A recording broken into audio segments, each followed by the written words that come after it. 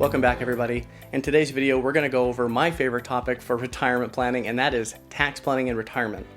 Now that Jordan and Susie have an income roadmap, and we've done quite a bit of stress testing to feel very confident in the plan, we can move on to tax planning. With retirement, we have some extra tools at our disposal to do some pretty interesting planning. One of the important dynamics of retirement tax planning is that you can decide where you pull your income from if you have different types of investments. For our example client today, they have money that's already been taxed in brokerage accounts. They have money that has not been taxed yet in tax deferred accounts like IRAs, and they also have some Roth IRA accounts. Another variable of tax planning for retirement is how Social Security is taxed. It has its own special rules, and so depending on where we pull income from can have a massive impact on how much taxes you pay or don't pay. Now, when it comes to tax planning and retirement, we have to start with our baseline, which is how much are you paying in taxes now?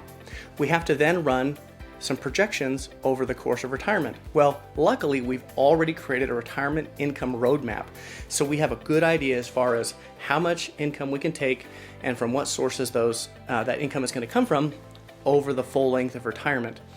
We then have to do some projections based on current tax law. Now, obviously, tax law can change. So with a retirement tax plan, you really have to create a baseline plan, and then from there, it's about updating as you go on year by year, and as tax policy, tax laws change, or frankly, just the circumstances of your retirement change, the plan needs to be updated. So let's jump into the software. Let's compare some different strategies in order to see if we can reduce the projected taxes overall and give our retirees some extra income. Okay, so now with Jordan and Susie, we've built their retirement income roadmap. So what we want to do now is look at how we can minimize taxes. I would say the standard strategy for taking income in retirement as far as determining what accounts you pull the income from is to start with taking it from after-tax or taxable, let's call it brokerage accounts. The next thing would be to take it from tax-deferred accounts, and then finally take money from tax-free accounts. Let's call it that order of operations for taking income in retirement. That's pretty typical. So that's our baseline that we're looking at right here.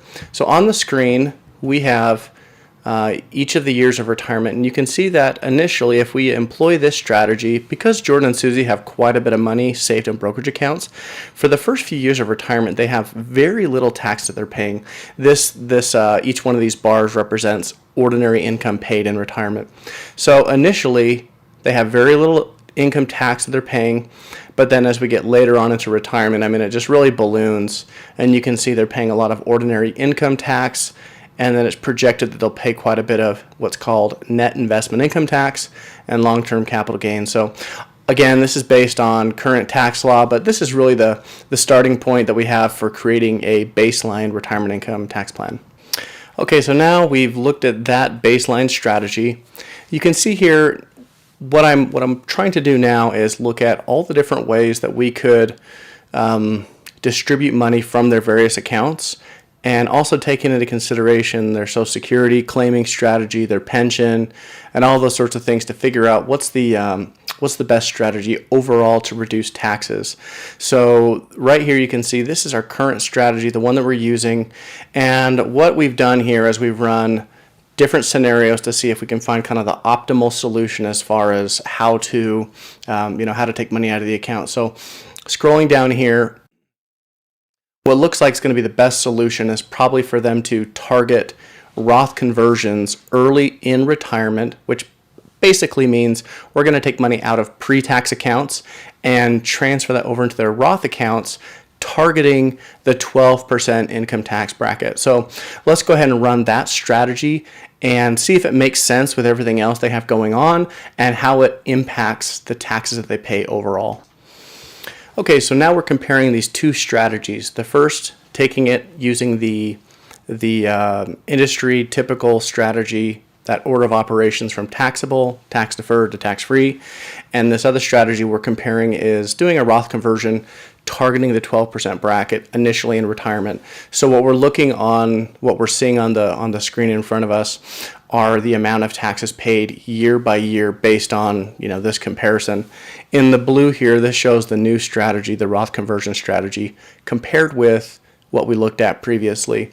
And what you might find interesting is that with the Roth conversion strategy, the taxes that are being paid are quite a bit higher, significantly higher than the baseline plan.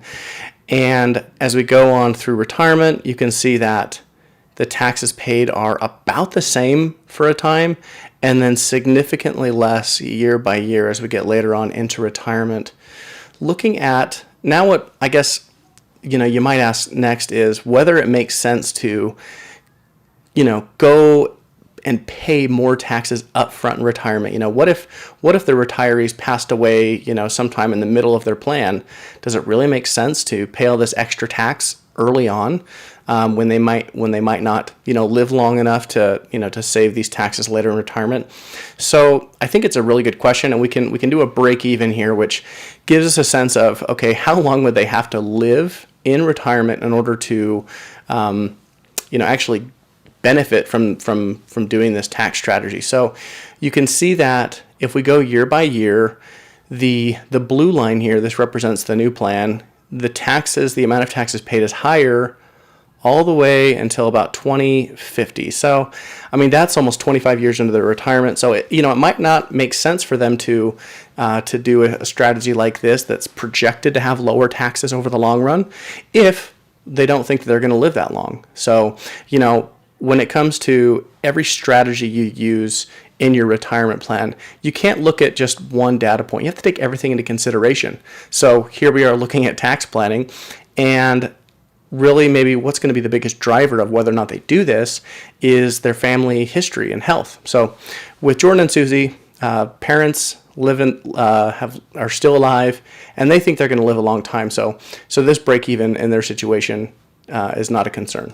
Okay, so we've looked at the break even, we've looked at the tax brackets over time. So what's the bottom line? Based on these projections, what do we estimate the overall benefit's going to be of changing this plan? So on this screen, we're just giving us an overview. So by doing some Roth conversions early in retirement, by intentionally paying extra taxes up front, the effective tax rate that they're looking to pay over the course of their retirement is about 3% less, saving about $460,000 in total taxes, which results in them having, an extra $460,000 in net income.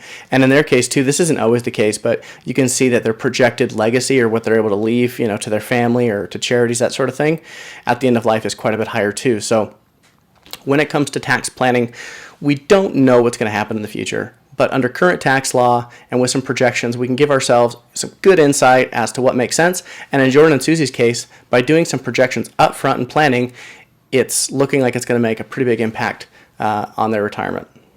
Okay, so there you have it. For Jordan and Susie, by making some intentional decisions as far as where they pull income from early in retirement, doing things like Roth conversions, this is likely to have a big impact on how much taxes they pay, and also the legacy that they're able to leave on for their family.